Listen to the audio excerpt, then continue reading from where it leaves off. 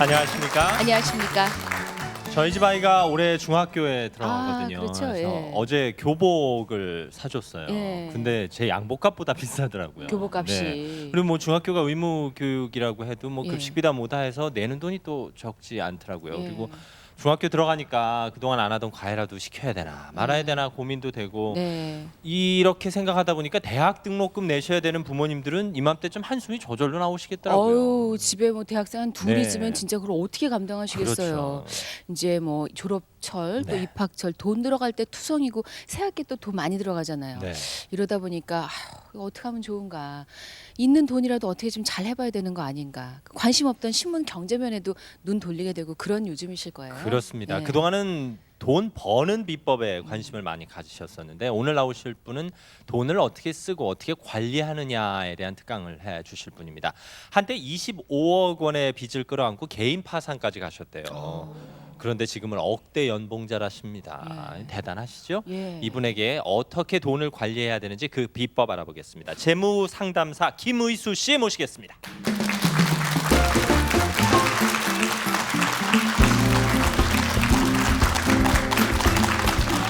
예,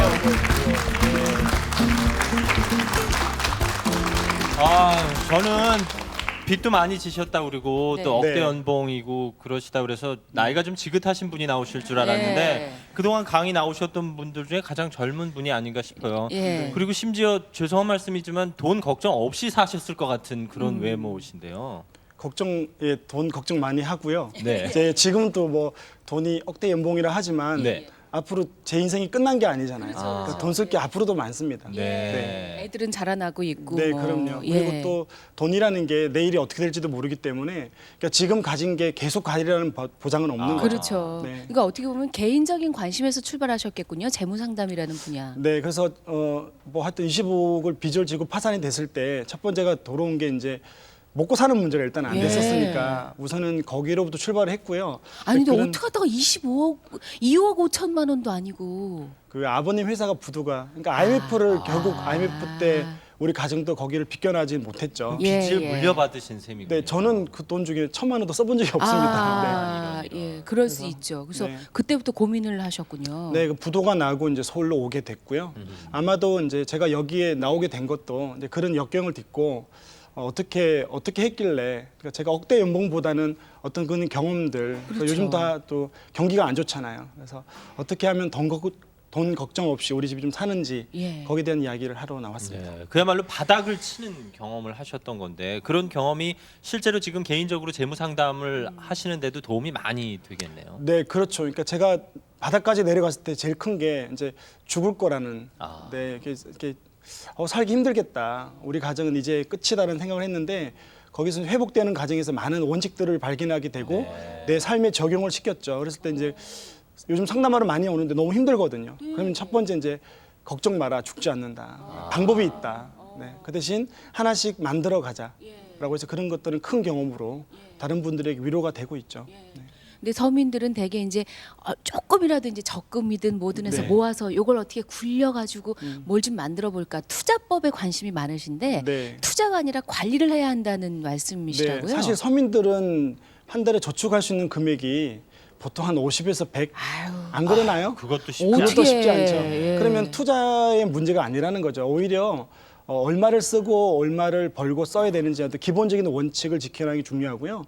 또 이제 그런 어떤 시행착오를 하지 않는 게 50만 원 가지고 적금 들면 이자가 얼마나 불어나겠습니까? 그러니까요. 그러니까 오히려 부부싸움 하지 않고 예. 돈을 지키는 방법, 예. 그다음에 시행착오하지 않는 방법, 잘못 투자하지 않는 방법 이런 데서 출발해야 되지 않냐는 게 이제 저희 생각입니다. 귀가 번쩍 뜨이는 게 부부싸움 안 해도 된다니까. 돈 문제 가지고 부부싸움만 안 해도 크거든요. 네, 좀 해보셨군요. 뭐 그렇다기보다. 예, 말씀 들어볼까요? 네. 그러면 예, 강의 박수로 청해 듣겠습니다. 네.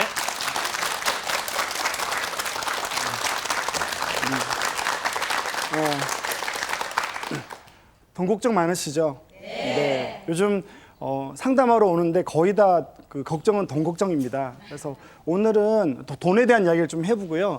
다른 분들이 남는 돈으로 어떻게 재테크를 할지를 이야기를 많이 하셨잖아요. 네, 저도 그 아침마당을 자주 보고요. 12월 달에 또 다른 선배님들 나와서 경제와 관련된 이야기를 많이 들었어요. 근데 이제 그런 것들은 주로 이제 어떻게 돈을 굴릴 건지의 이야기고요. 오늘은 우리가 버는 돈이 그렇게 많지는 않아요. 근데 그 돈을 가지고 어떻게 관리하고 제일 중요한 거는 가족이 행복하게 사는 거여야 돼요. 그러니까 제가 한 7년간 재무 상담을 하다 보니까 100만 원을 버는 사람들은 200을 벌면 행복하겠다 그래요. 근데 200을 버는 사람을 만나잖아요. 그럼 300 벌었으면 소원이었겠다고 그래요. 300을 버는 사람을 만나면요, 400만 벌면 우리가 좀 인생이 편해지겠다고 이야기를 해요. 그래서 400 버는 사람을 만나면 안 그래요. 그래서 심지어 의사 부부가 이렇게 한 연봉이 1억 5천이 돼도 여전히 그들에게는 고민이 있고요, 걱정이 있는 거죠. 그래서 가만히 보니까 참 우리 인간의 어떤 돈에 대한 욕심이 끝이 없다. 근데 문제는 200만 원 버는 사람이 갑자기 1억을 못 번다는 데 있는 거죠. 그러면 200만 원 버는 거 가지고 자 그걸 인정하는 거죠. 인정하고 어떻게 우리 가족이 이 범위 내에서 행복하게 사는지에 대해서 좀 이야기를 해보자는 거죠. 오늘 그런 데에 대한 이야기입니다. 먼저 이제 파산 직전까지 간 저 이야기 말고요. 또 다른 가정이 많은데요. 그 이야기를 한번 TV를 보면서 이야기를 하도록 하겠습니다. 상담하다 보면 정말 이런 분들 많이 네. 만나시겠군요. 지금 이런 문제가 어디서 발생되는가 하면요. 한번 가만히 보십시오.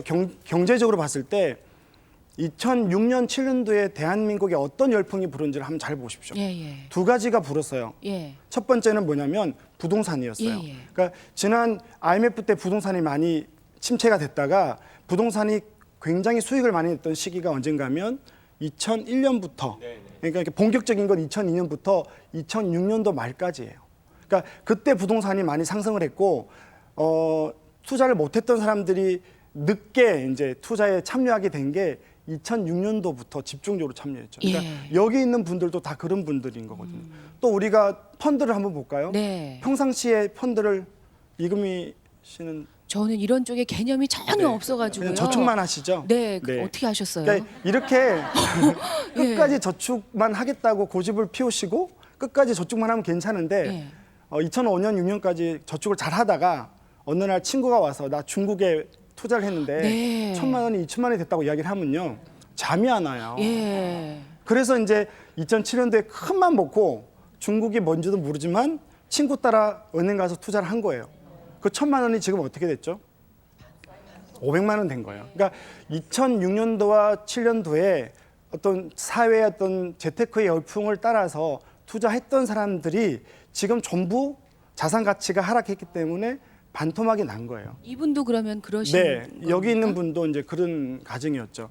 여기에 더 큰 문제는 있었어요. 첫 번째 이 가정은 지금 보시면 오른쪽 가운데 밑에 보면 일단 이 집은 매달 제가 만났을 때 마이너스 200만 원이었어요. 굉장히 문제였죠. 근데 이제 그 주된 원인은 뭐였는가 하면 왼쪽에 남편 급여가 있죠. 470만 원인데 그래도 적지 않게 버시는 그럼요. 많이 건데. 버시는 거죠. 네. 470은 굉장히 큰 돈이에요. 그죠? 아까 100만 원, 200만 원 버는 사람이 400만 원만 받아도 행복하겠다고 그랬잖아요. 근데 버는데 중요한 건 제가 아내를 이렇게 이름을 넣고 그것도 제로라고 돼 있잖아요. 0이라고. 아내가 수입이 있었던 거예요. 그러니까 불과 제가 만나기 1년 혹은 2년 전에 아내가 직장을 다니다가 이 갑상선이 안 좋아서 직장을 또 그만두게 됐어요. 그러니까 사람 일은 모르는 거잖아요. 그러니까 맞벌이를 해서 이 가정이 한 달에 세후로 받는 돈이 700만 원이었어요. 정말 큰 돈이잖아요. 그러니까 한 700만 원 벌면 굉장히 자신이 있을걸요. 이 정도 벌면 뭘 못하겠느냐. 그래서 사게 된 게 2억을 빚을 져서 집을 산 거예요. 그러니까 2억을 빚을 질 때 처음에 대출금리가 한 120만 원 정도가 되거든요. 그러니까 원리 이자만요. 원리금 빼고요. 근데 이제 그때는 맞벌이를 할 때예요. 그리고 그 다음에 또 하나가 뭐냐면 또 차를 산 거죠. 그래서 집을 살 때는 한 100만 원 정도를 저축할 수 있었는데요. 그 다음에는 차를 사면서 그 저축 이력이 또 줄어든 거죠. 그러다가 이제 아내가 실직을 하니까 700을 벌다가 470을 딱 벌게 되니까 200만 원이 마이너스가 되는 거예요. 그러니까 차량 할부금 그런 게 그렇게 해서 네, 여기 들어가는 차량 거였군요. 할부금이 63만 1,000원. 물론 이게 고정 지출이 3년만 나가면 되는 거지만요. 하여튼 대출 이자에 147만 원 정도가 들어가는 거죠. 여기서 이제 좀 유심히 볼 게 뭐냐면요. 마이너스 대출이 커지고 있다는 거예요. 예. 그러니까 사실 현금 흐름이 안 좋아지니까 200만 원씩 마이너스면 1년만 지나가면 마이너스 대출이 2,500으로 늘어나는 거죠. 굉장히 심각한 상태였죠. 사람들이 처음에 이 대출이 어떻게 진행되는가 하면요. 처음에는 담보대출을 받아요. 그래서 맞벌이 할 때는 문제가 없는데 외벌이로 돌아서면 우선은 한쪽 수입이 없잖아요. 그럼 견뎌요. 뭐로 견디는가 하면 집에 있는 모든 돈, 예적금 든 거 다 깬다든지 펀드 깬다든지 이렇게 해서 견디다가 그다음 진행이 어디로 가는가 하면 신용대출로 가요. 그래도 가장 뭐 이렇게 기업의 과장님 정도 되시니까 신용대출을 받는 거죠. 신용대출로 1,000만 원을 받아도 이런 가정이 5개월 되면 1,000만 원이 없죠. 그래서 신용대출 처음에 1,000만 원, 그다음에 2,000만 원. 제가 만났을 때는 자기가 받을 수 있는 모든 신용대출 3,000만 원을 다 받은 거죠. 그다음에 어떻게 진행이 되는가 하면 카드론으로 가요. 그리고 카드론에서 이제 대출 받을 게 없으면 현금 서비스로 가는 거죠. 부작용이 점점 심해지는 악순환인 거죠. 네. 그렇죠. 고리로 점점 가는 그렇죠. 거고. 그러니까 제가 재무 상담을 7년간 하면서 제일 중요하게 여긴 게 뭐냐면 재테크보다는 현금 흐름과 유동성이에요. 그러니까 지금도 흑자 부도, 기업들의 흑자 부도 아시죠? 기업이 아무리 이익을 많이 내도 돈이 없으면 부도가 나는 거예요. 그러니까 가정 경제도 이 가정이 뭐 5억짜리 집이 있고 차가 있고 남편이 연봉이 6천이라 하더라도 매달 이렇게 마이너스 200만 원씩 나게 되면 한 2, 3년만 가면 파산까지 가는 거죠. 파산은 어떤지 제가 경험했잖아요. 그거는 정말 갈 게 못 됩니다. 파산이 되면 직장도 구하기 힘들거든요. 그랬을 때 이 가정에 문제는 크게 없지만 실수가 어디에 있었어요? 집을 무리하게 산 거죠. 네. 그래서 우리 부모님들은 집을 사면 무조건 오른다고 했지만 지금 또 많이 다르잖아요. 근데 뭐 또 그래도 여러분들 제가 돈을 드리면 또 집 살걸요? 그만큼 우리가 이 집에 대해서는 참 우리가 벗어버리기 힘든 뭔가가 있는 것 같아요. 그래서 어떻게 해서 이 가정이 살아야 될까요? 여러분들 같으면 집 팔시겠어요? 아이고 근데 팔기가 쉽지 않아요. 솔직히 고생해서 그렇죠. 이렇게 납입하고 있는 집인데 네. 그걸 선뜻 팔 수는 예, 없죠. 제가 상담을 하고 2차 상담 후에 내린 결론은 집과 차를 팔아라는 거였어요. 힘든 과정이었어요. 그래서 한 번은 이게 너무 힘든 과정이고 아이들 충격이 커요. 네, 그래서 아이들이 이미 자기 집이 생겼다고 자랑도 하고 집들이 할 때 애들도 한번 친구 초청해서 생일 잔치도 하고 이랬는데 제가 그 아이들하고 같이 가족들이 베니건스에서 모였어요. 왜냐하면 일을 할 때 업체 가가지고. 네, 예, 예. 그래서 모여서 아이들하고 설득을 한 거죠. 왜냐하면 우리 가정이 힘들어질 때는 예, 우리 예. 가정이 힘들어질 때는 가족들이 함께 참여를 해야 돼요. 예. 네. 왜냐하면 나 혼자 잘한다고 가정 경제가 문제가 되진 않아요. 문제가 될 수 있어요. 네. 그래서 가족들이 참여해서 그 어려움을 같이 극복하는 거죠. 그렇죠. 그러니까 이런 가정 같은 경우 만약에 자녀랑 대화 없이 자녀랑 이야기하지 않고 그냥 32평에서 32평으로 옮겼다고 치면 예. 아이들이 굉장히 힘들어하는 거죠. 그래서 아이들하고 만나서 이야기를 했어요. 예. 이런 상황에서 이렇게 엄마 아빠가 어려우니까 너네들이 4년만 참자. 왜냐하면 이 집이 집 팔고 차 팔면요 4년 뒤에 금방 회복돼요.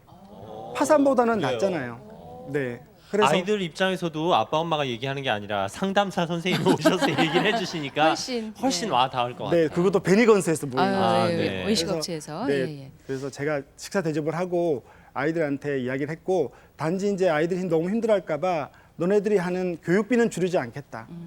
40대 교육비 줄이기가 제일 힘들지 않나요? 네. 네, 그래서 제일 많이 교육비가 드는데 네, 교육비는 줄이지 않겠다고 했고요. 진짜 교육비는 그대로 지출이 되네요. 제가 물 좀 마시고 할게요. 네네. 네네. 이 생방이다 보니까 아유 편하게 아유, 하십시오. 생각보다 긴장되고 그러네. 그러니까 차량 할부금하고 주택 그 대출 이자만 빠져도 네. 플러스가 되는 거예요. 그러니까요. 마이너스에서. 우리 이금희 씨가 제일 잘 보고 있어요. 뭐 설명을 다 해주네요. 근데 이게 저보다도. 남의 집 가계부 보는 게 되게 재밌네요. 그래서 참 이게 우리가 웃고 있지만 이게 이 당시에 이 가정들이 모여서 그 짐을 쌀 때 많이 울었대요. 그리고 베니건스에서도 그 남편분은 눈물을 참는 것 같았고요. 엄마가 우니까 큰 아이는 그 의미를 알고 울고 둘째는 엄마와 형이 우니까 따라 우는 거죠. 그래서 우리가 웃고 있지만 참 힘든 과정을 겪었던 가정이고요. 그래서 이제 짐을 싸서 이제 그 집을 팔고 차를 팔고 24평 아파트로 내려온 거죠. 그러니까 내려올 때 참 많이 가족들이 힘들어했어요. 근데 문제는 지금 회복이 다 된 거예요. 네, 네, 전세로 옮겼어요. 네. 아. 전세로 이제 옮겼고요. 예. 그래서 참 그 동네 아파트에 살다가 그 동네 같은 평수가 아니고 24평을 갔을 때 여러분들 같으면 얼마나 힘들겠어요. 근데 문제는 그래야만 살아요. 일단 기업은요.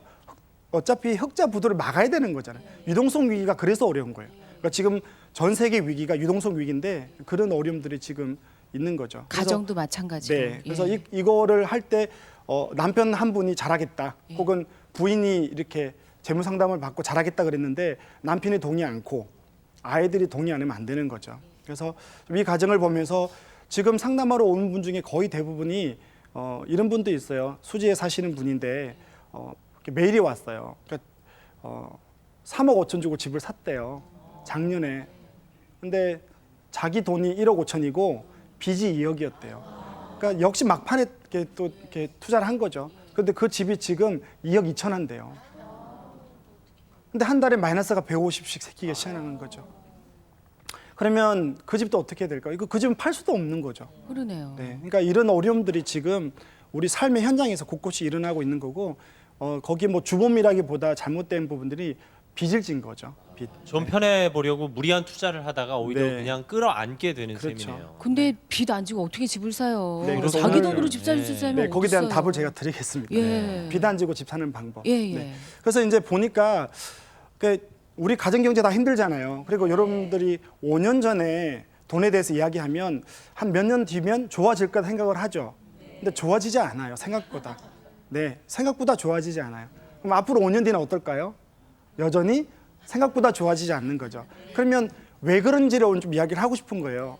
우리가 열심히 살면 되느냐, 아니면 열심히 살아도 힘든 구조냐를 보는 거예요. 그래서 첫 번째는 오늘 경제 행위를 하는 모든 대한민국 서민들에게 가정경제에 치명적인 패러다임적인 문제가 있는 거예요. 그래서 보시면 이 필요 자금을 한번 보시면 30대들은 이제 차량 구입, 그다음 결혼하고 나서 또 차량 구입과 내 집 마련이 있는 거죠. 그다음에 40대로 돌아오면 자녀 사교육비, 그다음에 대학 등록금이 있고요. 그다음에 50대로 가면 이제 자녀들 결혼 자금과 노후 자금이 있는데 문제는 이만큼 다 쓰기 위해서는 한 45억 정도가 필요해요. 아니 그건 너무 많이 너무 잡으신 많이 거 잡죠. 아니에요? 아이고 어떻게 제가, 저 돈이? 이런 마음이 후하시네요. 네. 이렇게 중요한 방송에 나와서 숫자 틀리게 하면 큰일 납니다. 네, 통계청 자료를 다 인용했고요. 여기에 이제 적용되는 게 물가 상승률 3.5%, 우리 급여 상승률 매년 5%. 평생을 저렇게. 네, 그래서 캐시플로우를 그 미래 가치를 다 현가로 땡겼을 때 예. 물가 계산 다 한 거죠. 하나만 이야기해 볼게요. 제가 대학 1학년 때 대학 등록금이 47만 원이었어요. 그렇죠. 네. 여기 저보다 연배 많으신 분들은 아까 어떤 부장님은 대학 때 10만 원 주고 다녔대요. 네. 근데 그런 부장님께서 10만 원 주고 대학을 다녔는데 자기 자녀가 대학 갈 때는 500만 원이죠. 몇 배가 올랐죠? 50배가 오른 거죠. 그러니까 제가 대학을 다닐 때가 20년이 지났는데 20년 동안 대학 등록금은 몇 배가 오른 거죠? 400만 원에서 10배 가까이. 10배가 예, 역시 숫자가 저보다 더 낮군요. 네. 10배인 거죠. 그러면 지금 이게 35세 기준이에요. 35세의 자녀가 5세와 2세. 그럼 이 5세가 대학 갈 때는 얼마가 들까요? 10배만 잡아도 1년에 지금 4천만 원 들거든요. 1년에 얼마인가요? 4억이죠. 근데 이제 물가가 옛날 같지는 않으니까 2억만 잡은 거예요. 2억이 들어요.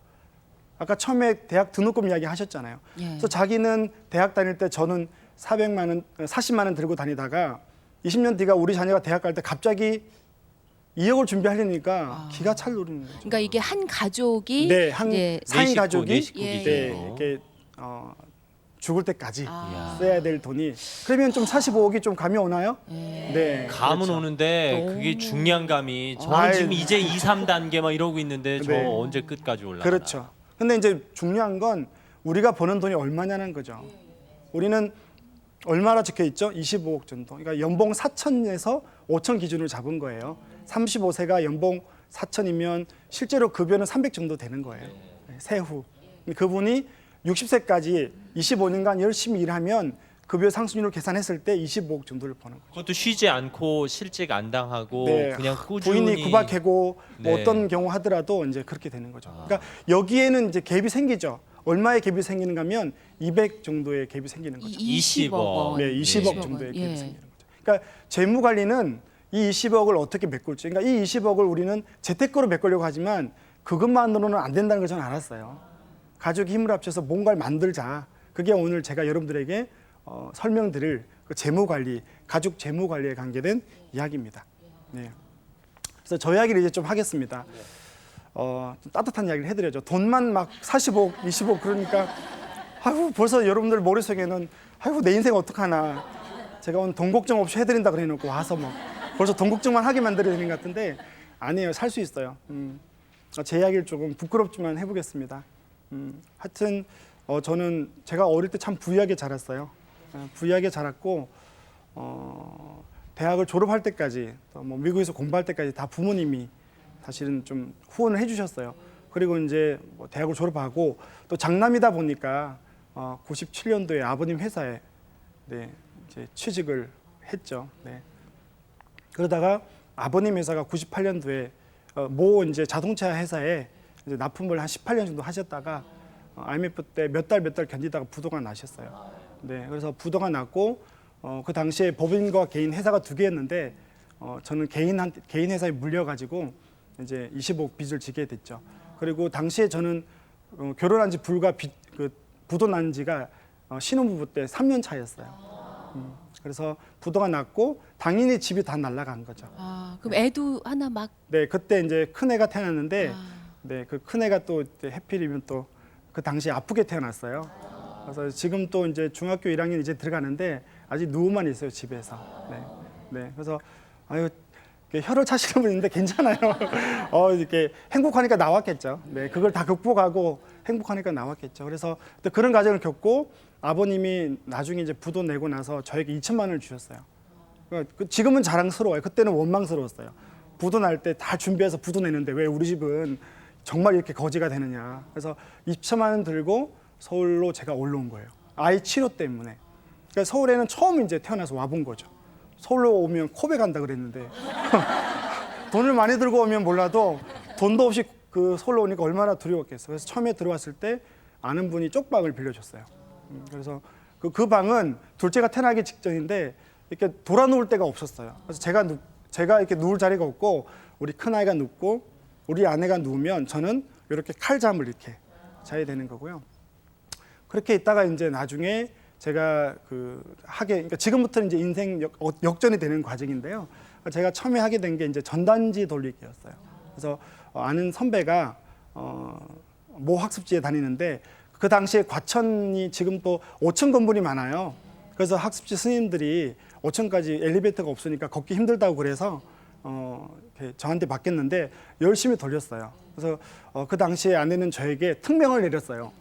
옛날같이 벌지 않더라도 밥은 먹게 해달라. 당시에 또 감사하게 국가가 우리 아이에 대해서 또 생활보호를 적용시켜서 의료보호가 돼서 또 병원비가 한 달에 100만 원씩은 국가에서 해줬어요. 그러니까 다 살 길이 있어요.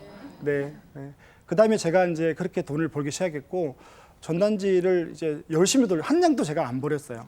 한 두세 세 장은 버렸어요. 근데 사실 거짓말하면 안 되니까 한 장 또 한 두세 장은 버렸고요. 얼마나 선한 분인지 우리가 알 수 있습니다. 한 장도 안 버렸다. 순간 찔끔하셔서. 네. 이제 그 당시에 좀 힘들었던 게 또 한 번 있는데 한 번은 이제 밤에 10시에 이렇게 돌렸는데 경비 아저씨한테 이렇게 잡힌 거예요. 그래서 이제 그때 어느 아주머님들이 이제 그거 소리 난다고 제가 고무줄로 잘 이렇게 튕겼거든요. 문고리에 탁탁 그는 기술 배웠는데 이렇게 튕기다 보면 소리가 나잖아요. 그래서 멱살을 잡힌 거예요. 네, 그런데 이제 제가 제 사정을 이야기하니까 미안하다고. 나오는데 찬바람이 부는데 겨울에 얼마나 서러운지. 네, 또 제가 잘 안 우는 편이에요. 그때 한번 울고요. 네, 그 전단지를 열심히 돌리니까 이 국장님께서 저를 그 공공근로로 연결시켜 줬어요. 네, 그래서 공공근로를 했는데 그 당시에는요 공공근로도 6개월 신청을 대기했어야 됐었어요. 얼마나 힘든 건지. 그래서 제가 이제 이렇게 하다가 나중에 컴퓨터 강의도 하고 그다음에 지금 자산 관리하는 이 회사에 들어오게 된 거죠. 예, 그 과정에서 제가 발견한 게 몇 가지가 있어요. 첫 번째는 성실했습니다. 네, 감사합니다. 옆에서 계속 어머님들 성실하니까 성공하지. 우리 남편도 저랬으면 좋겠는데, 우리 남편도 저랬으면 좋겠는데 이런 분도 있어요. 그 당시 제가 느낀 게 돈은 정말 없어서 힘들었어요. 그 당시에 우리 아이가 치즈 한 장 사줄 돈이 없었어요, 우리 집에. 그래서 한 번은 그 선배 집에 놀러를 가는데 얘가 점심 먹고 나면 꼭 그 집에 가는 거예요. 그래서 저는 이제 얘가 집에 뭐 장난감도 많고 오빠들도 있으니까 놀러 가는 같다라고 생각을 했는데 나중에 알아보니까 얘가 좋아하는 그 녹색 치즈 있잖아요. 그거를 먹고 싶었던 거예요. 근데 우리 집에는 그 치즈가 없었어요.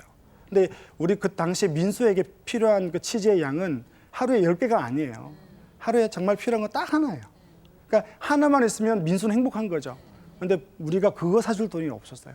제가 이걸 보면서 느낀 게 뭐냐면 우리가 살아가면서 우리에게 필요한 거는 딱 있을 만큼 있으면 돼요. 그러니까 민수가 10장을 사달라고 그러지 않잖아요. 한 개를 요구했는데 그 한 개를 사줄 돈이 없었어요. 그래서 우리가 그거 한 개는 준비해야 되잖아요. 그리고 또 하나 제가 느낀 게 뭐냐면 제일 중요한 건 가정의 위기가 올 때 제일 중요한 건 뭐냐면 남편이에요. 남편. 꼭 남편이 아닐 수도 있는데요. 일단은 가정 경제를 책임지는 분이에요.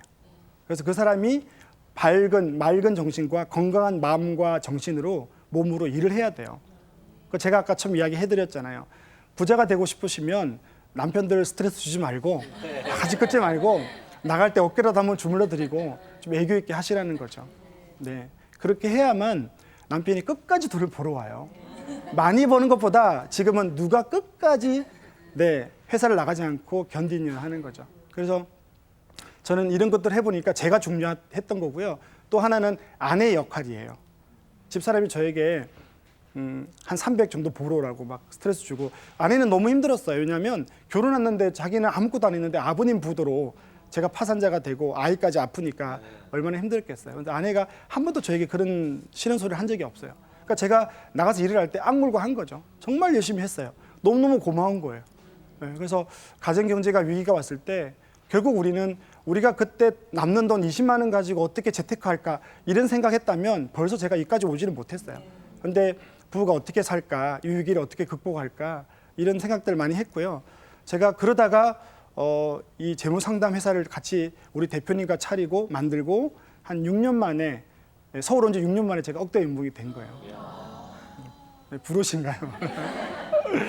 근데 막 그게 너무 행복하고 그러지는 않아요. 왜냐하면 제가 돈을 많이 벌어보니까 우리 아이 치료비로 되는 거에 너무 행복한 거예요.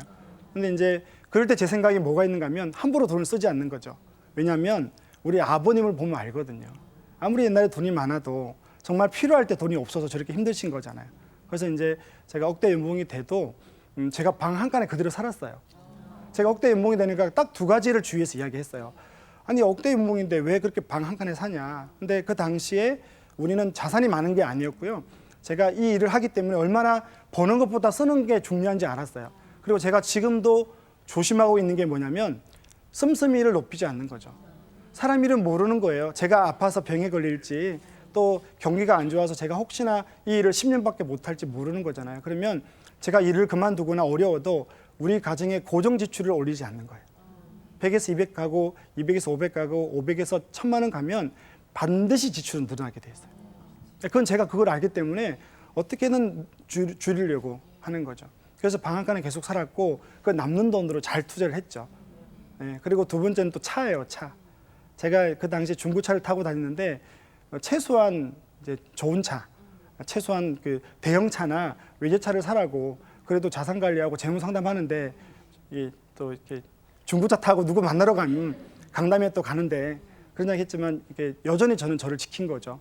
그래서 이런 과정을 겪으면서 제가 어떤 원칙, 그러니까 돈 많은 사람 말고요. 서민들이 가지면 행복하게 살 수 있는 원칙들을 발견하고 그런 시스템을 만들어서 그 시스템대로 한 7년간 서민들에게 적용을 시키다 보니까 너무너무 가정들이 변하고 좋아진 거예요. 그 이야기를 이제 어떻게 하면 되느냐를 이야기를 이제 좀 해드리겠습니다. 또 물을 좀 먹고 하겠습니다. 아유 정말 몇 년 사이에 젊은 그러니까요. 분인데 아주 네. 많은 것들을 겪고 이겨내셨네요. 그러니까 말씀 들어보면 성실이 가장 큰 재산이 아닌가 어, 싶기도 그러니까요. 해요. 열매를 믿어야 돼요. 네. 열심히 살고 대가를 지불하고 땀을 흘리면 반드시 우리들에게는 열매가 있어요. 그건 저는 그걸 믿고요. 이제 7단계로 좀 이야기를 할 건데요. 몇 단계라고요? 7단계. 7단계요. 예. 꼭 딴 거는 기억 못 해도 어떤 펀드, 어떤 부동산 이거는 기억 못해도 되지만 예. 7단계는 꼭 기억하십시오. 여러분들 가정이 정말 돈 걱정 없이 살 수 있도록 도와주고 예. 지금부터 5년, 10년 가면 정말 부자는 큰 부자는 아니더라도 가족이 행복하게 살 수 있는 비결을 지금부터 공부를 해보도록 하겠습니다. 예. 첫 번째는 월급으로 한 달 사는 겁니다. 다 아는 거예요. 안 돼서 그렇죠. 네. 그래서 하지만 제가 원칙을 이야기해드리면 여러분들이 알 수 있을 거예요. 한 달 벌어 한 달 사는 건 이런 개념이에요. 오늘 제가 300만 원을 받았어요. 자, 어떤 게 돼야 될까요? 한 달 벌어 한 달 살려면요. 돌아오는 카드 그 결제액이 없어야 돼요. 솔직히 저희도 21일에 월급 받습니다만 21일이요. 네, 네. 28일에 대부분이 다 신용카드 나가죠. 결제액으로 다 네. 나가다 보면 예. 좀 공허해져요. 네. 예. 그래서 신용카드가 우리에게 준 혜택도 많지만 예. 실제로 우리 아버님 세대나 할아버님 세대 때 신용카드가 없었을 때 있는 만큼 살았어요. 아, 그러니까 아까 처음에 그 부부가 집 빚으로 파산까지 가기 직전인 사람이나 여러분들 한번 잘 보십시오. 한 달 벌어 한 달 산다면 우리가 망하지는 않아요. 그 대신 불편하거나 좀 서럽긴 하겠죠.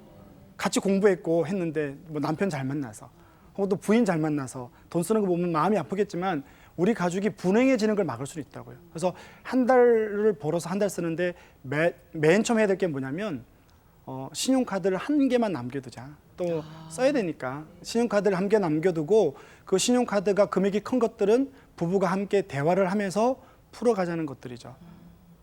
굉장히 간단하지만 큰 원칙이에요. 한 달 벌어 한 달 사자. 그래서 이걸 할 때 제가 권유를 해요. 그러면 다음 달 급여가 나왔어요. 그럼 들고 있는 적금, 펀드, 깨라는 이야기가 아니고요. 그쪽으로 넣지 말라는 거죠. 다음 달 300을 벌어서 쓰고 100이 남으면 이때까지 100 가지고 적금을 들었잖아요. 예. 하지 말라는 거죠. 왜요? 신용카드 결제부터 무조건 갚아라는 거죠. 아. 일단 네. 왜냐하면 신용카드는 무이자 할부를 그럼 또 쓴다 그래요. 예. 신용카드 없애기 싫으니까 제가 그렇게 하면 아니 신용카드는 무이자 할부로 너무 좋아요. 근데 예. 제가 물어봐요.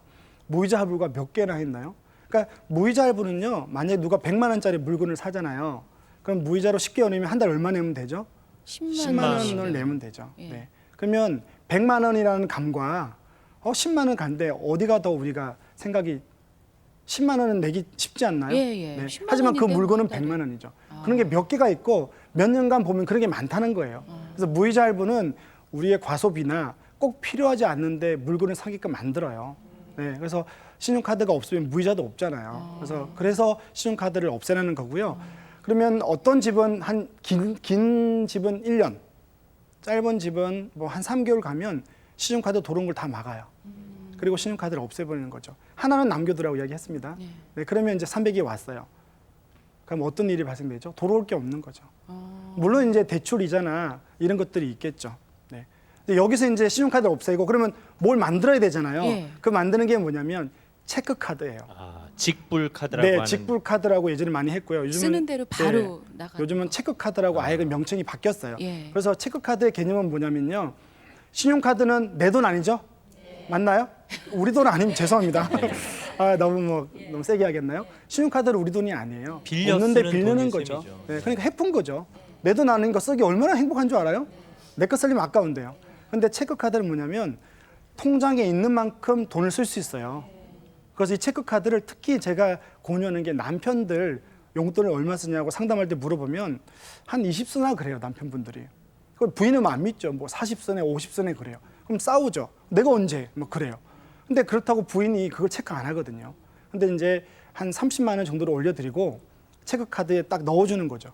급여 날에 내 남편 체크 카드를 만들어서 넣어주면 어떤 일이 발생되는가 하면 남편이 한 2주 쓰고 나면 이게 체크 카드는 통장에 있는 만큼 쓰고 쓸 때마다 문자에 찍혀요. 25만 원 남았습니다. 20만 원 남았습니다. 이게요.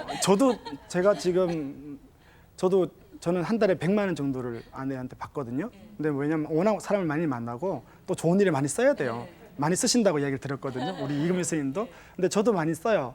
그러면 이제 한 12일 지났나요? 예, 34만 원 남았어요. 어제 날짜로. 그러면 이제 아직까지 3주 남았잖아요. 그죠? 한 18일 정도 남았으니까 벌써 저는 어떤 생각하는가 하면 34만 원으로 3주 견뎌야 되겠네. 근데 친구가 날 후배가 전화가 와요. 형 밥 사줘. 그러면 밥을 원래는 좀 좋은 곳에 먹기로 했는데 야 오늘은 그냥 우리 여기 앞에 식당에서 5천짜리 먹자. 이렇게 되는 거예요. 그럼 선생님 만나뵈려면 월초에 만나뵈야 되겠군요. 그래서 머리가 올초는 좋아요. 이미 대기가 돼 있어요. 네. 이미 그걸 터득한 많은 후배들이 이미 올초에 예약을 다 잡아놔요. 네. 우리 아이까지도 올초에 저희가 와서 애교를 부린답니다. 그러니까 이거는 참 간단한 거지만 어떤 시스템화 시키는 거죠. 우리가 안 될 때는 어떤 도구의 힘을 빌려서 그걸 구조화 시키는 것들이 중요하거든요. 그러니까 누가 계속 잔소리 해주는 거나 마찬가지네요. 네. 얼마 어우, 남았다, 얼마 지켜보세요. 남았다. 겁나요. 그래서 처음에 진짜 가슴이 섬뜩섬뜩할 것 같아요. 네, 이게 섬뜩섬뜩합니다. 그래서 이제 처음에 이 월급으로 한다 산다 했을 때 제일 큰 반응은 뭐냐면 남편들 급여가 드러나는 거예요. 20만 원밖에 쓰지 않았다 그랬는데 20만 원을 체크카드에 넣어주니까 당장 2주 만에 없다고 이제 부인한테 손을 벌리는 거죠. 신용카드는 없잖아요. 그래서 이제 긴장하고 한 몇 개월이 가면 이제 쓰는 용도들이 줄어들고 하는 거죠. 그래서 가능하면 신용카드를 없애고 다 갚고 그다음에 가족들은 생활비라든지 생활비도 마찬가지죠. 있는 만큼만 쓰게 되죠. 아셨죠? 뭘 만든다고요? 체크카드. 네.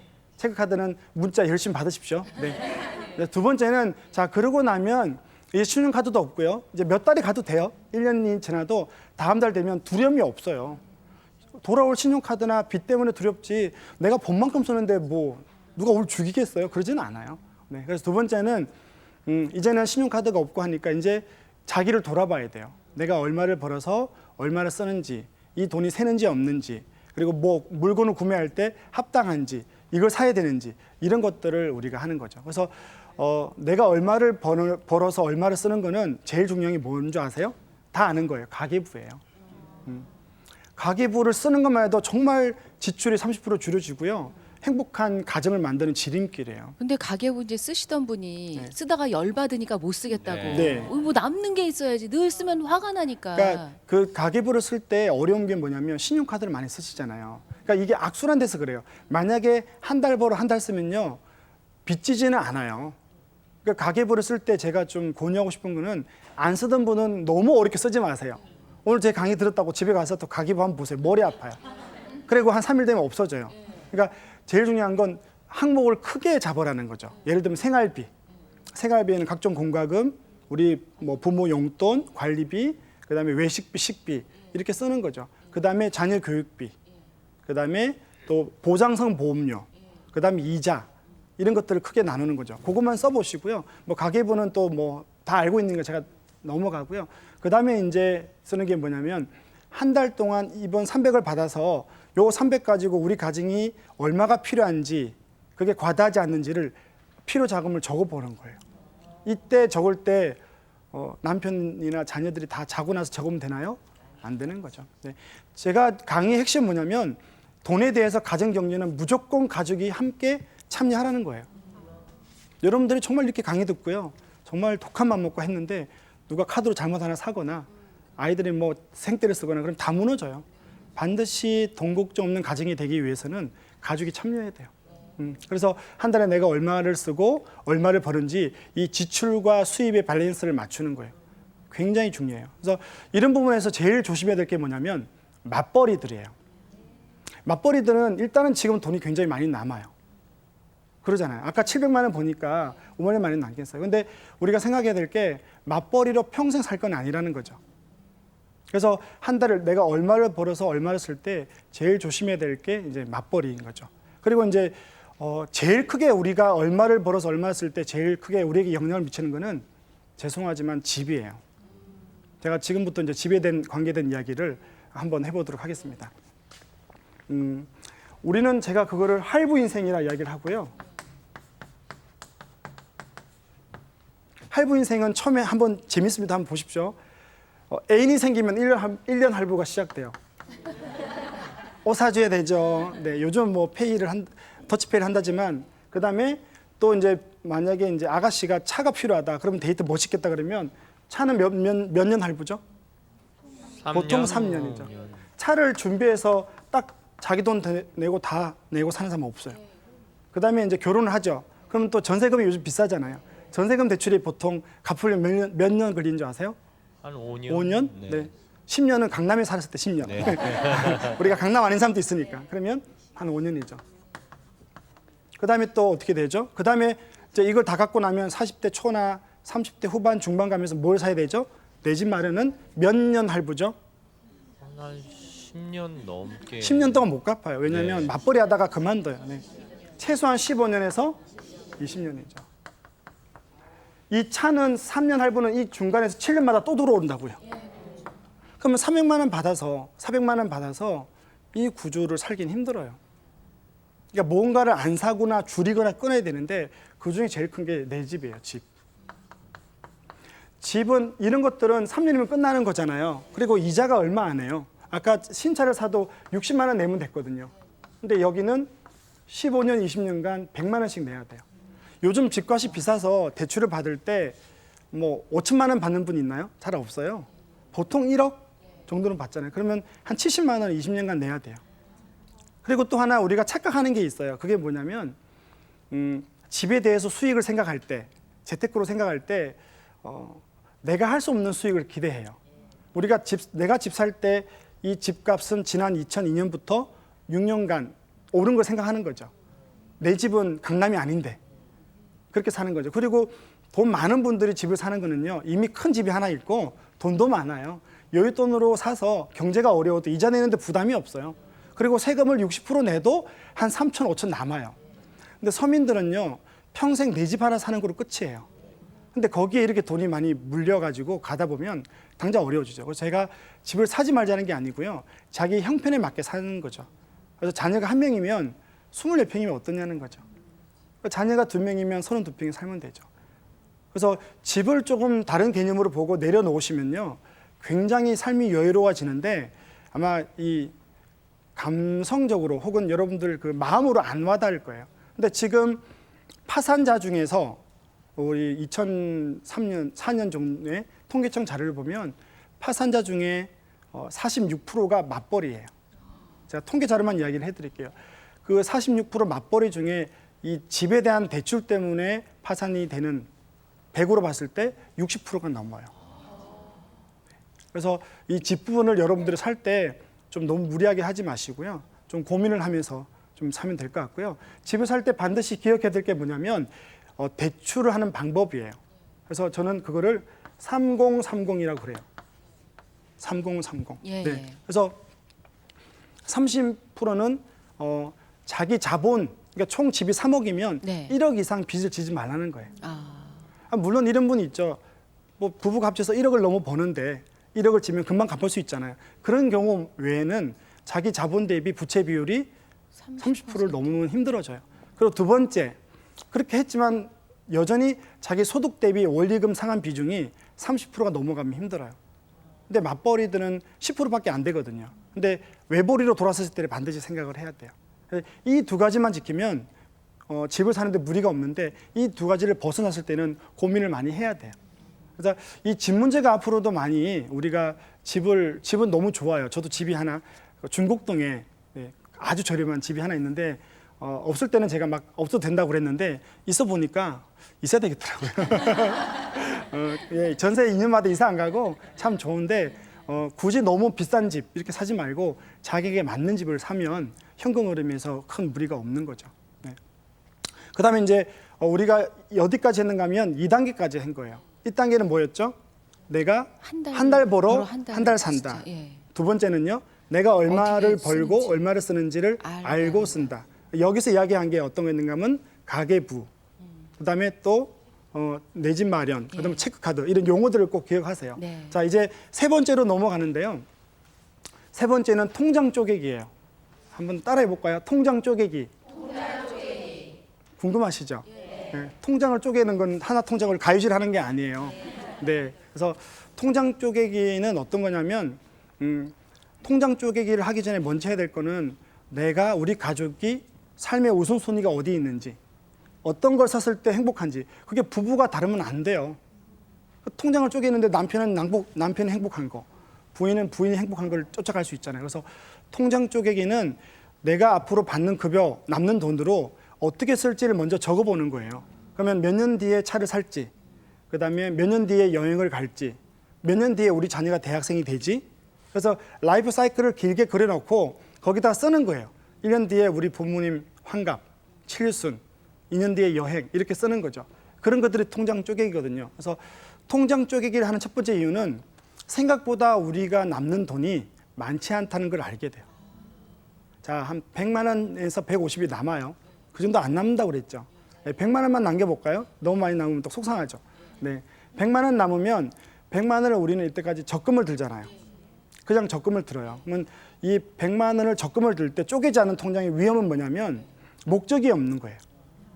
아니 그래도 그거 들 때는 진짜 몇 년 후에 부모님 칠순일 생각을 때 하시죠. 뭐 해드리고 그걸 네, 다 그런 생각을 계획은 하고. 있죠. 근데 네. 그거를 나누지 않는 거죠. 그럼 어떤 일이 생기는가 하면 어떤 일이 우리 집에 더 중요한지, 그러니까 여기에 출발은 뭐냐면 우리가 버는 돈은 25억이고요.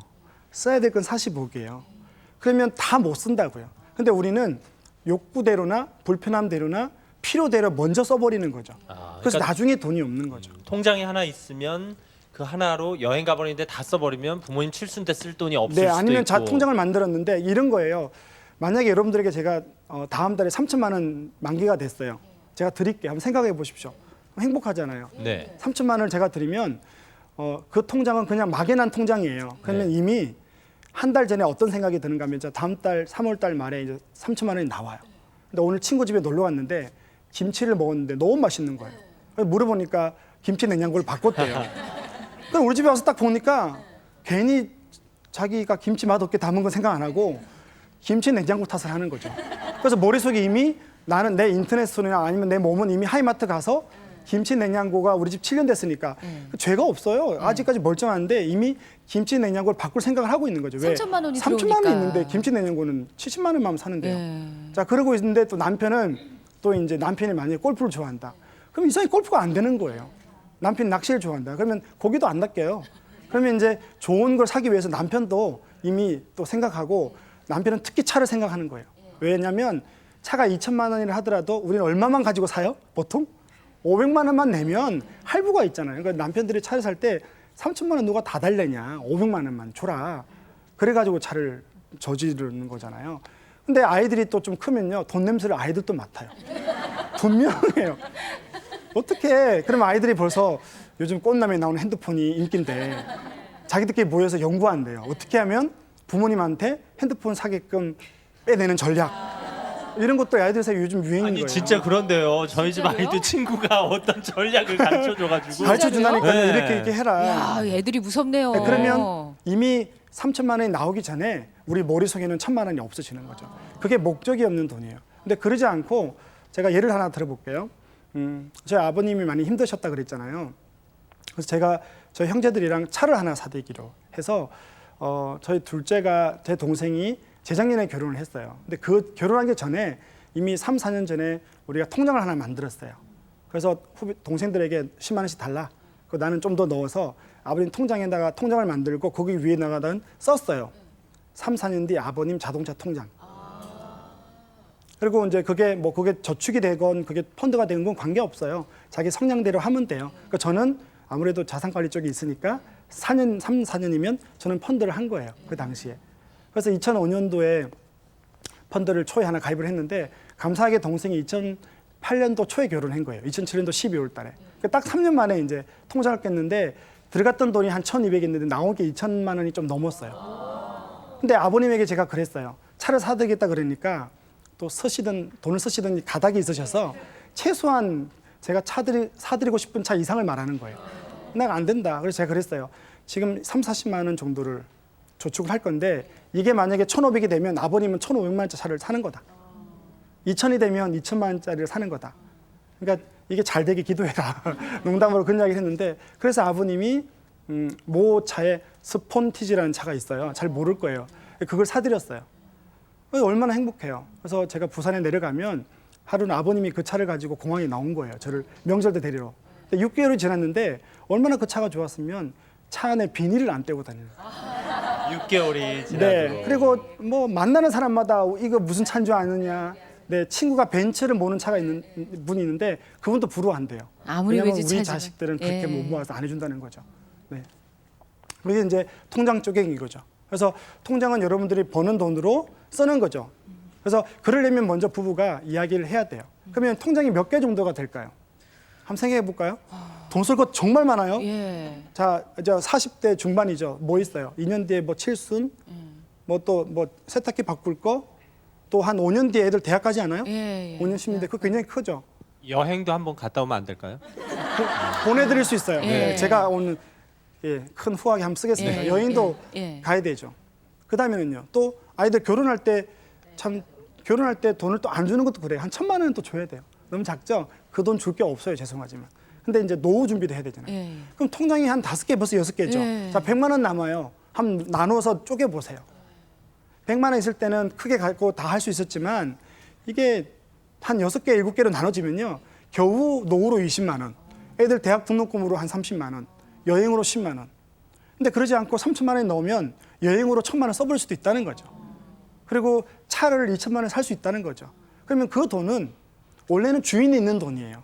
정말 중요할 때 우리 자녀들 대학이 더 중요하지 차를 중형해서 대형 바꾸는 거는 없어도 돼요. 근데 아이들 학자금이 없는 건 너무 힘든 일이에요. 그렇게 하지 말자는 거죠. 그러니까 통장은 5개, 6개를 나누고 보내자는 거죠. 그러면 어떤 일이 발생되는가 하면 내가 원하는 대로 살 수는 없어요. 네. 하지만 내려놓는 거죠. 그래도 내 삶에 가장 중요하다고 생각하는 건 다 할 수 있죠. 네. 그래서 여기는 이제 통장 쪼개기의 비율을 나누는데요. 집집마다 다 달라요. 근데 대충 이제 미혼일 때는 7대 2대 1. 그러니까 이 7은 단기 중심이죠. 왜냐하면 미혼은 결혼을 해야 되니까 너무 오랫동안 돈이 묶이는 건 안 좋아요. 지금 거의 다 여기시죠? 네, 여기에 포함되죠. 그러면 3대 4대 3을 해야 되는 거죠. 이 3은 노후예요. 그다음에 앞에 3은 적금. 4는 이제 한 3년에서 5년 뒤에 들어갈 돈. 이런 돈들은 적금을 들어도 되고 투자를 해도 되고 그거는 이제 알아서 하시는 거고요. 그다음에 노후. 이렇게 또 시스템을 안 만들면 나중에 굉장히 좀 많이 힘들어져요. 그래서 통장 쪼개기를 하고 제가 마지막으로 통장 쪼개기에 좀 제일 행복하게 느끼는 거는 여행이에요. 그러니까 통장을 6개 쪼개놓고요. 10년 뒤에 올리면 너무 지겹고 힘들어요. 예. 근데 1년이나 2년 뒤에 한 달에 5만 원, 10만 원 넣어서 여행을 가면요. 그 통장을 준비했고 통장이 딱 적은 통장이 나와서 어떤 걸 실행하면 굉장히 행복이 있고 기뻐요. 그러면 이렇게 하면 5년 뒤도 해결하겠구나. 10년 뒤가 돼도 해결하겠구나 이렇게 생각을 하는 거죠. 제가 아는 분 중에 강원도에서 아버님이 병으로 돌아가시고 너무너무 힘들게 사는 생선 가게를 하는 가족이 있어요. 남매를 만났어요. 우연하게 이제 아는 분 동생에서 만났는데 물었어요. 꿈이 뭐냐 그러니까 엄마가 제주도를 한 번도 못 갔대요. 그러니까 아빠가 돌아가시기 전에 제주도를 같이 가는 게 꿈이었는데 아빠가 지병으로 돌아가시고 제주도를 못 갔대요. 그럼 내가 가면 되지 않느냐 그러니까 위가 이렇게 그 누나하고 동생이었거든요. 그래서 누나는 직장을 다니는데 급여가 130만 원도 안 됐어요. 그리고 동생은 학생이에요. 그러면 그래서 못 간다는 거죠. 엄마는 돈이 없고. 그래서 제가 그랬어요. 그러면 그 학생은 아르바이트를 했거든요. 그럼 너 한 달에 한 3만 원을 떼라. 그럼 누나한테는 7만 원을 떼라. 그래서 10만 원을 떼가지고 정기 적금을 들었어요. 그게 3년 전의 이야기예요. 그래서 2년이 되니까 한 달에 10만 원, 1년이면 얼마죠? 120만 원. 산수 잘하셔야 됩니다. 120. 2년이면요. 240에 240이죠. 이제 그래서 240만 원 가지고 제주도 가서 엄마 모시고 갔을 때 돈 아끼려고 하지 말고 240만 원 범위 내에서 다 써라. 그래서 3박 4일 동안 여행을 다녀왔는데 크루즈 여행 1억짜리 여행보다 더 행복해하는 것 같았어요. 그러니까 우리가 큰 여행이 필요한 게 아니고요. 근데 그 가난한 남매에게 250만 원은 큰 돈이었어요. 그렇죠. 정말 큰 돈이에요. 그래서 못 갔던 거예요. 하지만 3만 원, 7만 원 떼는 거는요. 우리가 커피숍 가서 커피 한 잔 안 마시면 한 달에 10만 원 아껴져요. 정말 그 돈을 아껴서 이게 통장 쪼개기의 가치를 부여하는 거예요. 그래서 통장 쪼개기는 통장에다가 네임택을 붙여라는 거죠. 그래서 통장 쪼개기를 통해서 우리가 행복해질 수 있는 거죠. 단 뭐 몰디브라든지 하와이는 못 가도 제주도를 통해서도 얼마든지 가족이 행복해질 수 있는 거죠. 가족이 같이 가는 게 중요하지 네. 어디를 가는 건 그 네, 다음이죠. 그래서 이 통장 쪼개기를 통해서 제주도도 우리가 얼마나 좋은데. 예. 그렇죠. 예, 그럼요. 우리도 4월달에 갑니다. 네. 아유, 예. 통장 하나 넣는 거 좋잖아요. 있겠죠. 네. 예. 그렇게 해서 가면 정말 중요할 때, 내 노후, 우리 자녀 결혼, 우리 자녀 대학 이럴 때 100%는 아니더라도 조금씩은 다 준비돼서 너무 힘들지는 않게 살 수 있는 거죠. 통장 쪼개기 기억하십시오. 네. 자, 네 번째는 예. 비정기 지출이에요. 예.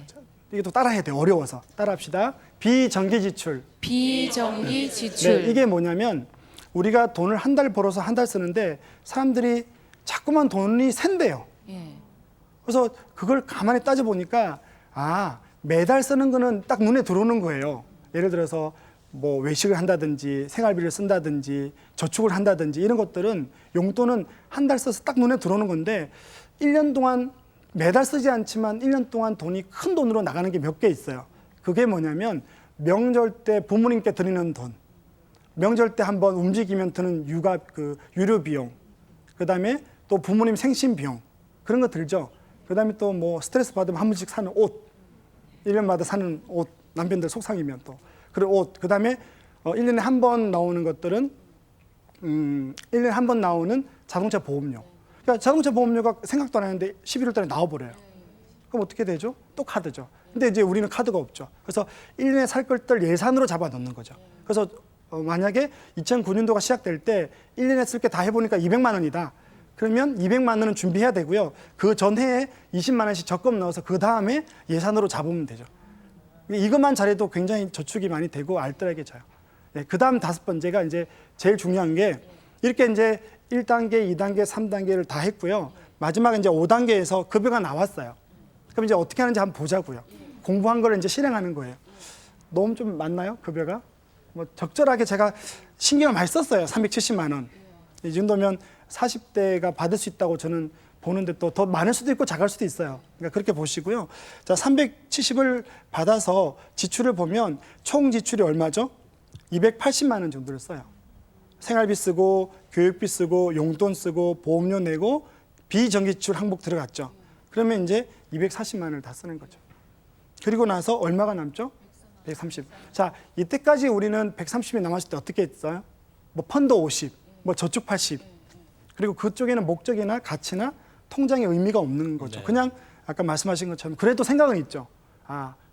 회갑도 하고 차도 사고 하지만 그 자체에 의미를 부여하는 게 더 중요하다 그랬죠. 그럼 잘 보시면 적금이 40만 원 들어갔는데 이 적금 중에 20만 원은 비정기 지출이에요. 네. 그다음에 펀드는 60만 원인데 여기 펀드를 잘 보시면 그냥 펀드가 아니고요. 자동차에 뭐 얼마 적혀 있는가 하면 20만 원을 보내는 거죠. 그러니까 5년 뒤에 자동차를 살 건데 그런 약속을 했어요. 20만 원 가지고 통장에다가 자동차라고 딱 썼어요. 그리고 나서 이제 5년이 가는데 얼마 들지는 우리가 모르잖아요. 그러면 그만큼만 차를 사는 거예요. 거기서 또 할부를 하지 않는 거죠. 왜? 우리는 평생 할부 인생을 하면 안 되니까. 그리고 대학 학자금이 10년 뒤거든요. 이 가정이. 그럼 10년 뒤에 대학 갈 때 등록금을 위해서 20만 원을 떼놓는 거죠. 이렇게 떼놔야 어떤 경우가 있더라도 중간에 20만 원은 깨지 않아요. 그러면 깰 돈이 없으면 집도 함부로 사지도 못하는 거죠. 근데 우리가 130이 남으면 벌써 계산에 집을 그냥 함부로 살 수 있는 거죠. 예, 그렇죠. 그러니까 다 그렇지 하는 거죠. 그래서 이게 지금 뭐냐면 월급날 급여 통장을 제로 만드는 거예요. 굉장히 중요해요. 급여가 들어오면 사실은 급여가 되면 카드로 나가서 이미 제로고 마이너스잖아요. 그 구조를 이제 없애는 걸 했고요. 마지막에 이렇게 딱 단계가 넘어가면 이제 급여가 들어오면 지출을 하고 130만 원도 남기지 않고 다 보내는 거죠. 보낼 때 하나씩 카드에 의미를 부여하는 거죠. 그러니까 나는 가외돈이 없다. 이거를 인식을 하라는 말씀인 거죠. 근데 사실은 여기 들어가는 130만 원이 이 통장 쪼개기의 의미는 정말 내 인생에 중요한 걸 다 쓴 거예요, 자기가. 준비가 다 되는 거잖아요. 이렇게 했을 때 5단까지 하게 되면 생각보다 굉장히 우리가 행복한 삶을 살 수 있어요. 근데 제가 어려운 거 이야기는 한 거 아니에요, 오늘. 되게 쉬운 걸 했거든요. 그래서 오늘부터 집에 가서 이제 6단계가 뭐냐면 6단계가 있겠죠. 6단계가 뭐냐면 한번 같이 읽어볼까요? 시작. 5단계까지 매월 점검한다. 네. 제가 이 시스템을 도입을 해보니까 신혼부부들은 제일 빨리 따라와요. 네, 왜냐하면 뭔가 한번 부부끼리 잘해보겠다고 얼마나 남편과 아내가 좋겠어요. 그죠? 근데 한 40대, 50대 되면 이제 내 남편이 이거 말 안 들어요. 뭐 이렇게 되거든요. 그럼에도 불구하고 하셔야 돼요. 그래서 하다가 또 점검하는 거죠. 신용카드 없앴는지, 신용카드로 들어온 빚 없는지, 그래서 다 갚았는지. 그래서 매월, 분기별, 6개월, 1년 점검하는 거죠.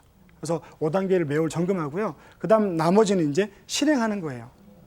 사실은 실행하는 데 힘이 있어요. 실천하고 실행하는 데 힘이 있어요. 아무리 좋아도 실행 안 하면 힘이 없어요. 제가 이때까지 7단계를 다 말씀드리고 이제 마무리로 들어왔는데요. 한번 생각을 해보자고요. 처음에 정리를 하자면 우리가 자꾸 돈 걱정을 하잖아요. 돈 걱정을 할 수밖에 없는 패러다임이에요. 우리 할아버지는 평생 일하시고 6년 살다가 돌아가셨어요. 평생 살 때 돈이 그렇게 많이 들지 않았어요. 6년 준비 아무나 할 수 있어요. 근데 지금 우리는 지금도 돈 걱정인데 노후도 30년이에요. 얼마나 힘들겠어요. 그래서 꼭 우리가 45억 정도를 써야 되는데 우리가 벌 수 있는 돈이 얼마라고요? 25억이에요. 근데 희망이 있는 거죠. 왜? 버는 만큼 쓰면 되는 거죠. 이럴 때 제일 중요한 건 뭐냐면 가족이에요. 가족. 그럴 때 가족도 인정을 해야 돼요. 나는 행복한데 부인이 너무 힘들어하면 안 되니까요. 그래서 가족을 행복하게 하는 재테크 방법은 이렇게 오늘 했던 것대로 재무 7단계를 도입하고 가족이 대화해서 자기가 버는 만큼 쓸 수 있는 구조를 만드는 거예요. 아유, 감사합니다. 오늘 말씀만 들어도 걱정이 한결 줄어들었습니다. 예, 네. 그러게요. 뭐 생각난 건데 정말 우리가 원하는 걸 살 게 아니라 꼭 필요한 걸 사고 필요한데 돈을 맞아요. 써야 되겠다라는 생각이 예. 드네요. 그리고 집이나 차는 사실은 내가 필요한 것도 그렇지만 남의 눈을 많이 의식하거든요, 네, 우리가. 그래서 제가 방 한 칸에도 살아보니까 불편하기는 한데 이렇게 그게 너무 막 없고 또 사람이 적응을 해요. 예. 우리가 거기서 3년 살다 나올 때 32평으로 전세로 이사를 갔거든요. 32평이 궁궐인 거예요. 예. 결혼할 때는 그게 좁아서 다 32평 좁다 그랬거든요. 애기 놓고. 근데 이게 작은 집에 살다가 가니까 너무 큰 거예요. 그래서 네. 사람이 또 없으면 없은 대로 다 적응을 해요. 그럼요. 네. 예. 가족과 함께 하라고 그러셨는데 아이들이 어느 정도 가정 경제 돌아가는 거를 좀 눈치채게 하는 것도 좋은 네, 방법일 그래서 것 같아요. 40대, 50대로 들어가면요. 아이들하고 같이 이야기를 해야 되는 게 아이들이 필요한 걸 말할 때 해줄 수 없다면 그냥 안 해. 이게 아니고요. 네. 왜 그런지를 이야기하고 또 아이들이 경제에 참여해야 되는 첫 번째 이유가 뭐냐면 네. 우리 아이들도 부자로 살기가 쉽지 않고 여전히 이런 구조 속에 살아야 되기 때문에 자녀들에게 큰 돈을 물려주지 못해도 네. 부모들이 이렇게 사는 모습을 물려주면 아이들도 행복한 가정을 꾸밀 수가 있죠. 저희 조카들도 유치원 때도 그 피자 먹고 싶다 그러면 애들 엄마가 이거 피자 하나면 우리 쌀이 얼마다를 네. 얘기를 해주면 함부로 먹자고 안 그러더라고요, 네. 애들이. 예, 저희 집 아이가 어제 아빠 월급 얼마냐고 물어보더니 그게 예. 그런 예, 다시 한번 네. 재무상담가 김 선생님께 박수로 감사 인사를 전하겠습니다. 네, 고맙습니다. 감사합니다. 다음 주 목요 특강 예고해드리겠습니다. 한의사 이유명호 씨의 날씬해지려면 몸부터 살려라. 다이어트에 앞서서 중요한 게 내 몸을 건강하게 만드는 네. 것이라고 하니까요. 그런 말씀 들어보도록 하겠습니다. 선물 소개해드리겠습니다. 구정마루에서 백화점 상품권 준비해 주셨고요. 금성출판사 푸르넷 공부방에서 백화점 상품권 마련해 주셨습니다. 요즘 드라마 꽃보다 남자 이후로 꽃미남이 인기입니다. 네. 젊은 남성들 가운데 화장하는 남자들이 그렇게 많아졌대요. 그리고 여성들 가운데는 헬스클럽 가서 근육 키우는 여자들이 많아졌다고 합니다. 미스터 뷰티 미즈 스트롱, 내일 강한 남자, 예쁜 남자, 강한 여자에 대한 얘기 나눠보겠습니다. 내일 아침 뵙겠습니다. 고맙습니다.